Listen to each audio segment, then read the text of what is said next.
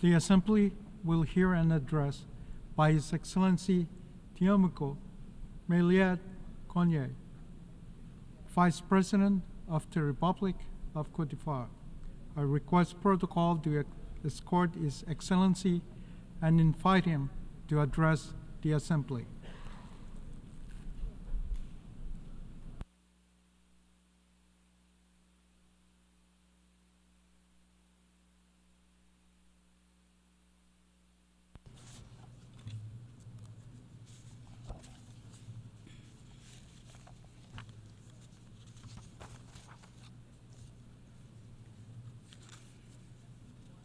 Monsieur le Président de la President of the 79th session of the United Nations General Assembly, Heads of State and Government, United Nations Secretary General, ladies and gentlemen. On behalf of His Excellency Mr. Alassane Ouattara, President of the Republic of Côte d'Ivoire, I wish to express my warm congratulations on the quality and depth of the debates during this session and on the remarkable success that was the Summit of the Future.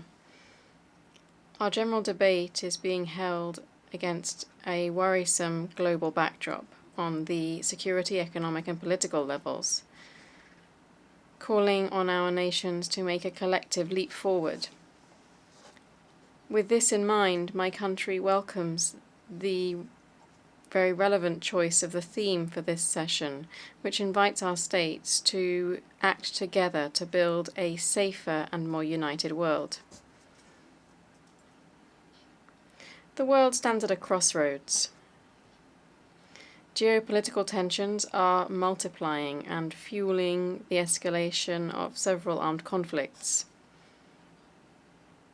Violent confrontations in sensitive regions are pushing those regions to the brink of widespread conflagration. This situation of insecurity and setbacks to peace is being worsened by terrorism afflicting regions such as the Sahel. These conflicts are gradually wiping out years of progress and development for our people. My country believes this is the right time to call on the international community to mobilize for the people of the Sahel, who are paying a high price in the war against terrorist groups.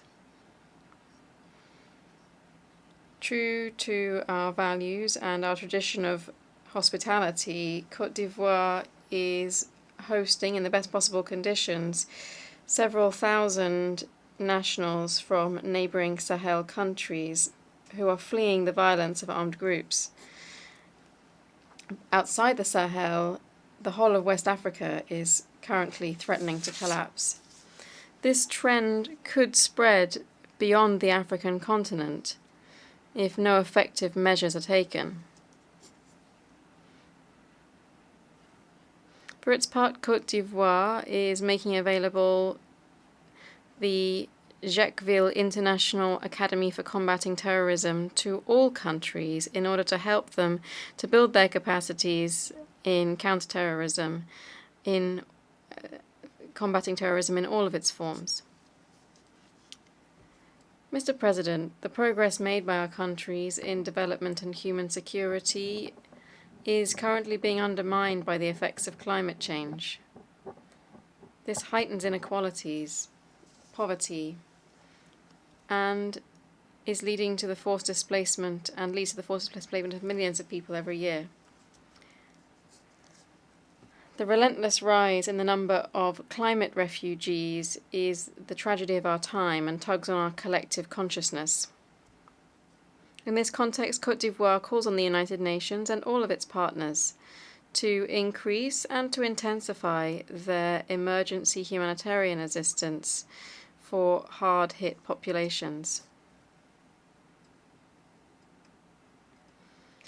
But we must go further on the climate issue and wholeheartedly implement measures that allow us to, in the short term, reverse the dangerous curve of global warming and its consequences on our societies.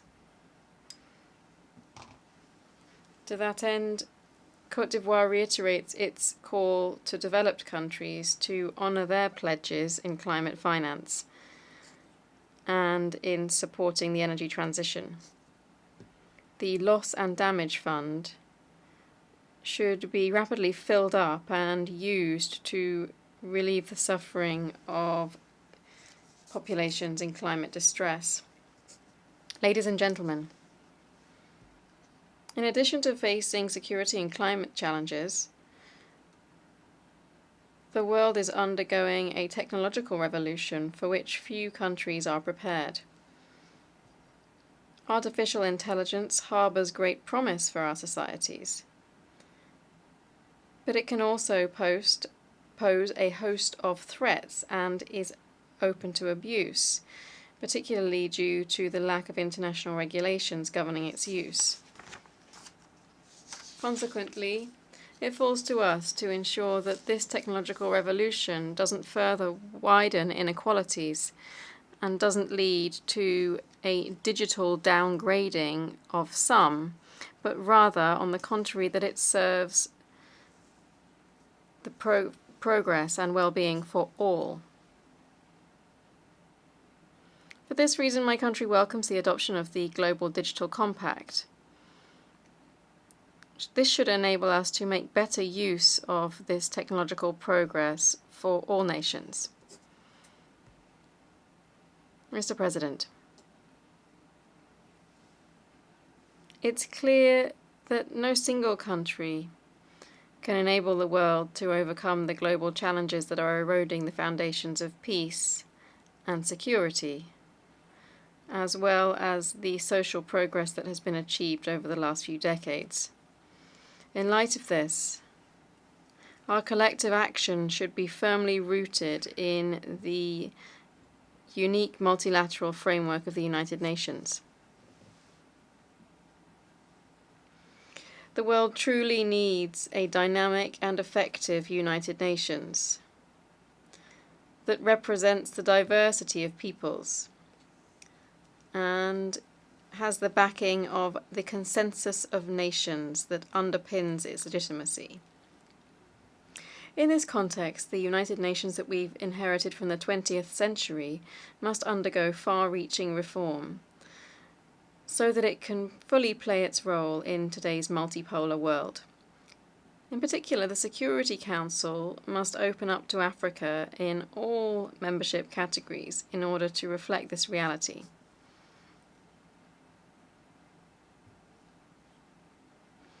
This is an essential condition for our global organization to be able to truly contribute to the lasting settlement of conflicts based on respect for international law, which remains its foundation. The same goes for the fight against climate change, which depends on the ability of our common organization to rally member states around this priority and encourage them to honour their commitments in this area.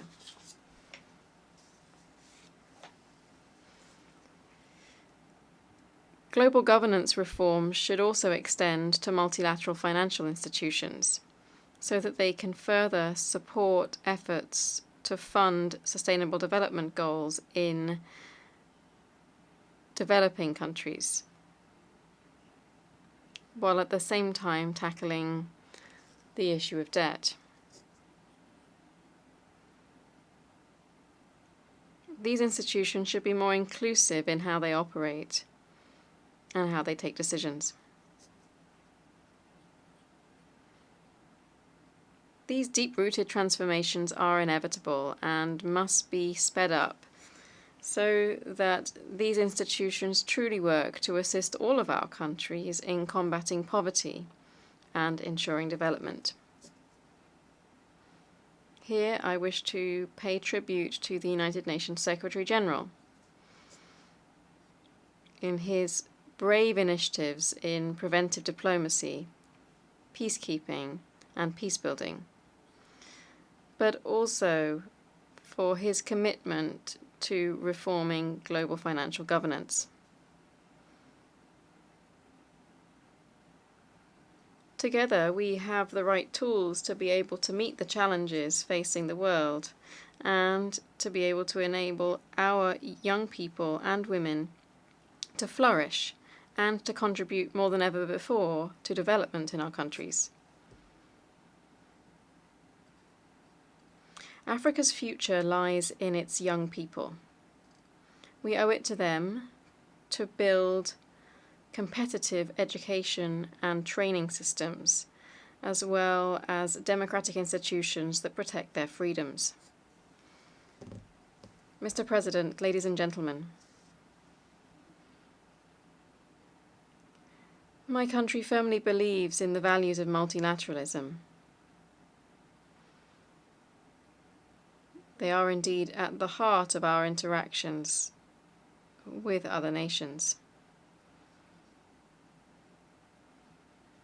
Through multilateralism, together our states can overcome great divisions, forge consensus around difficult issues, and put forward global solutions to major global challenges. This vision determines how we act and how we contribute to regional community construction, and also how we commit alongside other countries to building a peaceful, united and prosperous world for the benefit of present and future generations. Thank you.